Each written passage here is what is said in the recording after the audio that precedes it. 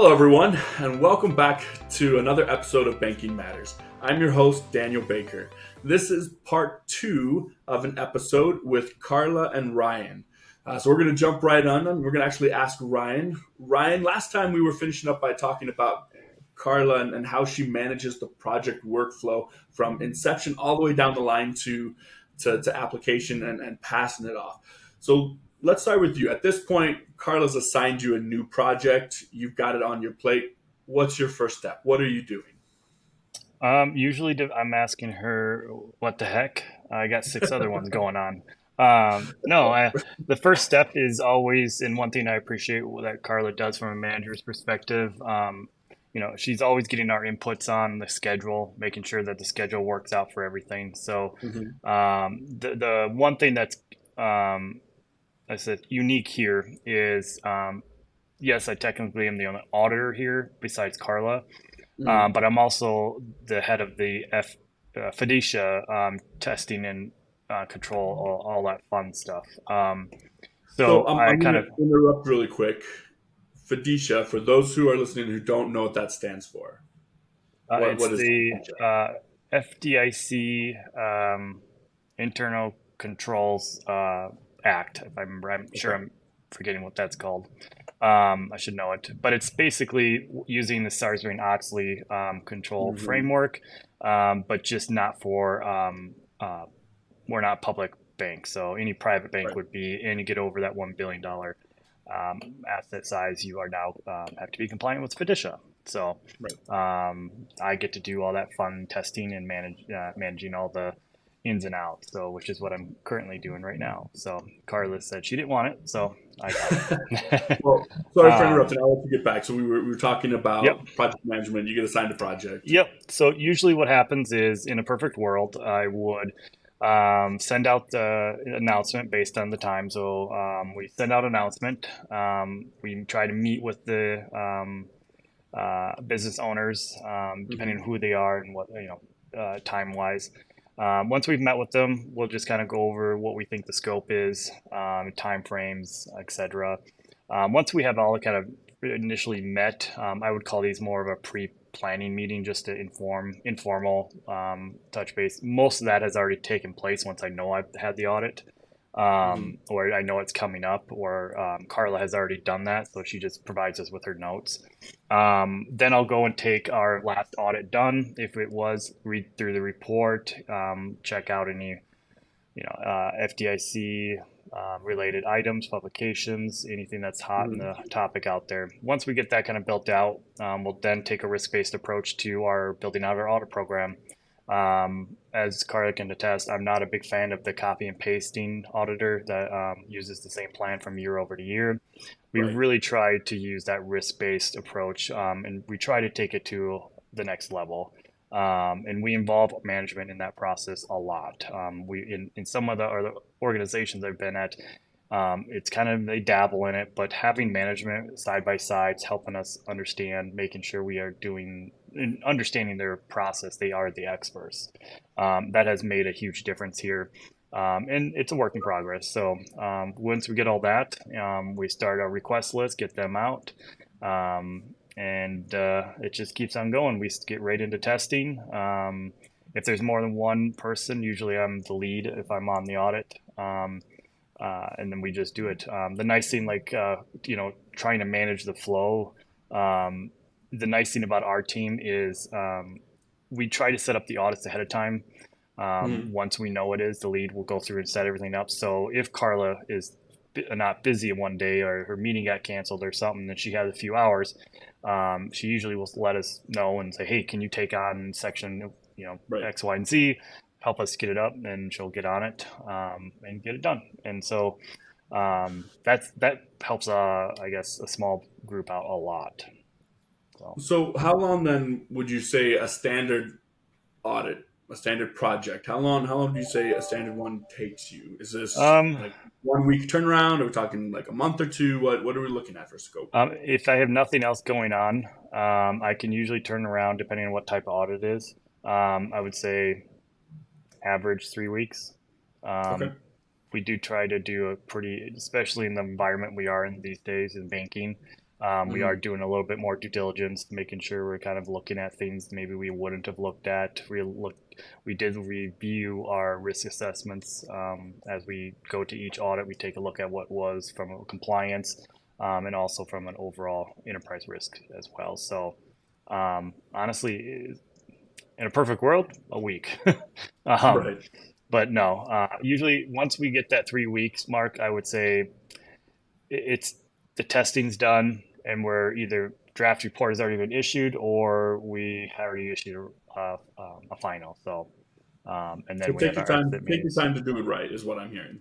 Uh, that is a big thing that both Carl and I preach to each other and our team is, if you need more time to get it done, let's do it right, and not have to come back and do it. Everybody thinks audit is the bad word, but people got Right. to remember audit gets audited more than other people do. So we just get audited by the state and federal. So I mean, take your pick. I think I'd rather have So, me. so So let me ask you, Carla. Then, sorry, go ahead. I was just going to add that Ryan was really describing any one of our smaller reviews because we can have audits that Mhm. take, Oh especially yeah, with all the other things Yeah, we're doing, we can have audits that take 3 months yeah, yeah, very easily that long, even if you have a couple people working on it because everybody's got other duties too. right. yeah. So then let me ask you then. So let's say audit's going and Ryan, you've assigned the project to Ryan. Are you assigning him a time frame like, hey, Ryan, this is your time frame, or are you letting Ryan analyze the scope and then say, hey, it's going to take me about this long? How is that timing communicated, Carla? A little bit of both. I Okay. have a general plan of number of hours for each audit. Now, Okay. it is just a guess, and we do track our time, so I can look back at last year's time that we spent Mm-hmm. and that kind of thing. On And each then Ryan and project. I will, yep, and then Ryan and I will sit down and work out the timing together. I do not dictate, very rarely, I guess. I suppose sometimes I do, but for the Mm-hmm. most part, I think we just sit down and say, okay, Ryan usually will say, I think I can get that done by the end of the month. And I'll say, I think you're going to need at least another week because I don't want to set us up for failure. So we want to give ourselves enough time to do something, and something invariably comes up. And usually she's right, unfortunately, That's the way it usually works. right? So then let me ask you then. So not to name drop or anything like that. I'm assuming you have some kind of third party platform you use for tracking time spent on projects, or are you just internally tracking the time for it? We're pretty old school here. We are just tracking in a spreadsheet. It's a very Okay, sophisticated spreadsheet because I made I it, bet.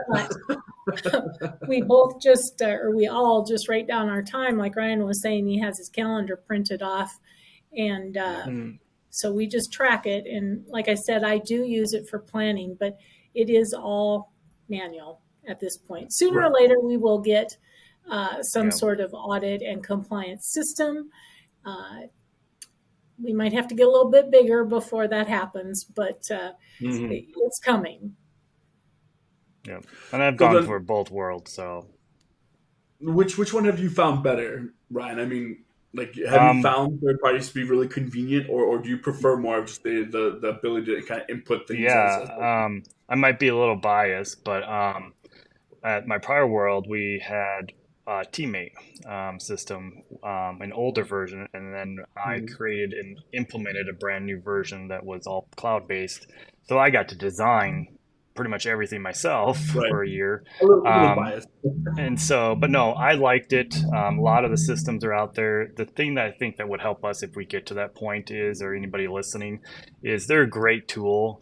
But just make sure that you're doing your due diligence. And is it just paying that amount of money to have something that can be done in spreadsheet, or does it, going Right. back to managing the flow, is it going to help efficiency? Is it going to help you that?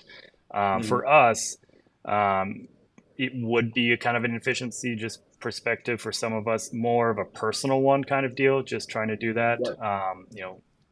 I could get into details, but there's a lot of functionalities that have that. Now, there is even more freedom and flexibility when it comes to a spreadsheet because it is what it is. I'm It's very kind of used how to you. her spread. Yeah, I'm used to her spreadsheet. I actually implemented that spreadsheet when I went over to a prior world because I Mhm. liked it and I didn't like their system. So um, I, it's I was always told if it's not broken, don't fix it. That's fair. I completely accept that, and I'm all for spreadsheets. I mean, anybody here will tell you that I design spreadsheets with the best of them. I do like the concept though that you mentioned about it going back to the individual, because I mean I have seen some, like I'm personally, I'm more of a, I've got everything on my calendar. I'm kind of the person that if I had the ability to print it off every day, I totally would print it off and keep track, just like you were mentioning before, Ryan. But some people definitely do benefit from the third party, so I was just curious how you guys ran that yourself. In conjunction with that, I know we talked a little bit about one of our topics being preparing for an exam. Because I mean, Ryan, you mentioned that the audit gets audited more than any other Nope. part of the bank. So how do you prepare for an exam? So Carla, like kind of similar to how we asked, like how do you get assigned projects? What's the beginning of an exam? How do we prepare for this? Well, this is very familiar because we're getting a couple exams ready right now. So we get notice from whichever group is coming in. For us right now, it's the Mhm. FDIC. And so they will be in to do a safety and soundness review, an IT review, and a trust review. And then a few months later, we'll have the compliance review. Mm-hmm. So we get the information from them. There's usually a questionnaire that you have to fill out. This is for every one of those exams. Right. You fill out the questionnaire so that they can narrow down what they're going to look at. And then usually we have a meeting several hours long with the head examiner, maybe a couple of the other people as well, and go through those questions and everything. Then we'll Mm-hmm. get the request list, and somebody has to coordinate that whole, who's going to do what and when is it due, and make sure they get it all. And that's usually falls into our group. Right. It's just the coordination and all of that. Um, so Ryan and I have done this for years, so we're pretty good at it, I think. Uh, We are. Got your but system so you get established. everything. You have to follow up with people. Although I will say, for exams, everybody here is right on top of things. If Perfect. I say you need to do something, I need this next week, I usually have it even a few days early. There's one or Right. two I may have to follow up Yeah. on, but uh, we take exams seriously here, which is the way it was at my old place too. So that works very well. So let's talk real quick about following up on somebody that's just not giving you what you need. Have you run into the situation before, or has everybody kind of just been really beneficial to you? Well, again, most people are pretty good, but once in a while you run into either someone or it's one piece of what they need to Mhm. Okay. get. So they don't So they ignore got you a you. chunk of stuff and they missed something, kind Yeah. of thing. Yeah. Yeah. But then there's maybe something that they're not sure exactly how they're going to get it. So those kinds of things take a few follow ups, some emails. I make sure I have it on my calendar to send out Mm-hmm. reminder emails before it's due.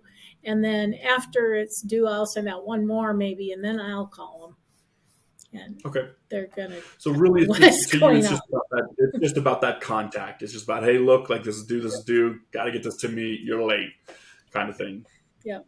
The nice thing that we do, since we know each other so well, is between the two of us, we pretty much know how to get almost every single thing we need for there, and we don't do that. So the nice thing Mm-hmm. about, as you prepare for that, if it's your first one or you're looking for some efficiencies, whoever's listening, I would suggest, work with your management team and really kind of identify what do you have access to and how can you lessen the burden on the Mm-hmm. business unit. So, they have a job to do. We can do that. That's what we do almost every day of the week. Mm-hmm. The feedback we get here from my first year, it was thought, I tried to take control almost every single external auditor. or audit and exam stuff between the Carla and I, and it went well. It just was well organized. That's the biggest thing, and if we set that expectations right up front, and Mm-hmm. they will set their expectations, and we all know that.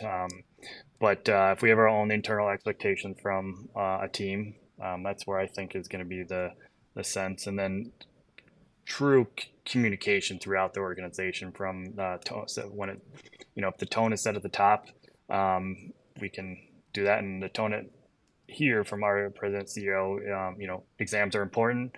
We get them what they want, and we, do our best to make sure, we're doing things right. We truly do want to do things right here. So, and that's one thing I can say about coming here is it's awesome. So, I think that what I've kind of noticed just in talking to both of you is the importance of effective and quality communication.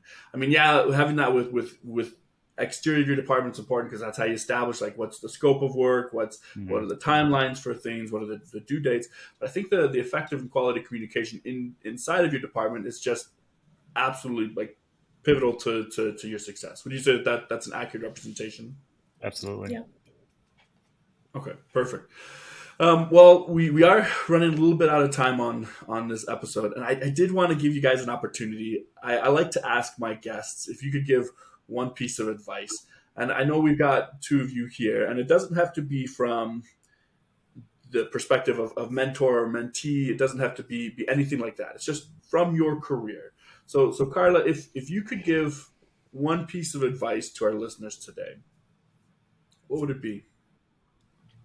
So whether it's from an audit or a compliance standpoint, I think one of the things Yeah. for the people in those positions to understand is while we may be the people who know most about internal controls or certain regulations, Mhm. the people that we are reviewing, again, compliance or audit, those people are experts at their jobs. And we have to Mhm. remember that we don't know what's best, even when we think we do.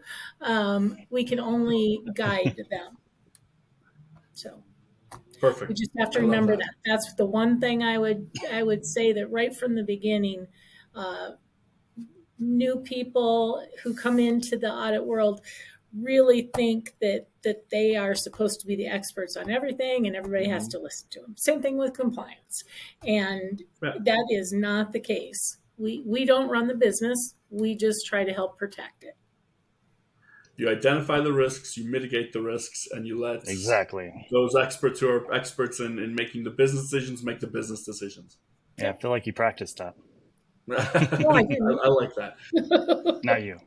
Oh, So Ryan, then let me ask you. So the same question from your. I mean, you've got experience inside the Yeah. branch. You've got experience in back office. From your experience in the financial world, financial sector, what piece of advice would you extend to Um, my, my, businesses? I guess my advice would be to anybody, don't forget where you came from. And I mean that by if you started as a teller, don't forget that, because you may be interacting with them, and or from my perspective, auditing them. Hmm. The other thing is transparency. Try to be as transparent as possible. There's certain things we can't be transparent with everybody. But the more transparent you are, the better the communication's going to be, and the more they're going to feel as part of your project, even though you are auditing that person. That's kind of what I try to do. Is I try to make them, I guess, almost like my best friend. That they Hmm. realize I'm going to give them that feedback, and that I'm going to tell my best friend that some stuff that nobody else would tell them, kind of deal. Hmm. You know, and if I could say anything else, set expectations with not only yourself but other people, because between setting expectations, communication, and the transparency, everything we talked through, I think those are the three key takeaways I would say for everybody, because those flow through managing a project to mentorship, you know adding value to our jobs, and the compliance exam. We communicate, it's going to make everybody else's life in our, or not even organization, but internal. So, and, at the end of the day, try to have fun. I mean, it sounds silly, but Right. you know, if you go to the job and you just don't like it, I don't see how anybody can't like what we do. But I'm kind of weird like that. So as you can tell, I love my job. In case who's listening, Carla. Oh, she's on here. But no, I mean that would be my advice. Is just say if you see something, say something. It sounds silly, but that works in every aspect. You know, if you see an improvement, you're going to be adding value to the organization. If you set the expectation up front with your auditees or with examiners and stuff that hey, I'm going to have this, and this. I'll get those to you in X, Y date. But however, Mhm. what that looks, Right. and that works, and that's how I think Carl and I maybe we've got the everything figured out on that side. But and finally, don't stop learning. I mean, honestly, I tell my kids all the time. I was like, I just learned 6 new things today. I had no idea even existed. So Yeah, I really like those, Ryan. Those are solid points. Well, guys, I really appreciate you joining us for this 2-part segment that we've done today. It's been really fun kind of talking about like the manager, trainee, trainer mentorship and project flow and everything like that. So, Karla, Ryan, thank you very much for joining us for today's episode. thank you for having us. You're welcome. For the rest of you listening in, thank you for tuning in, and that's Banking Matters.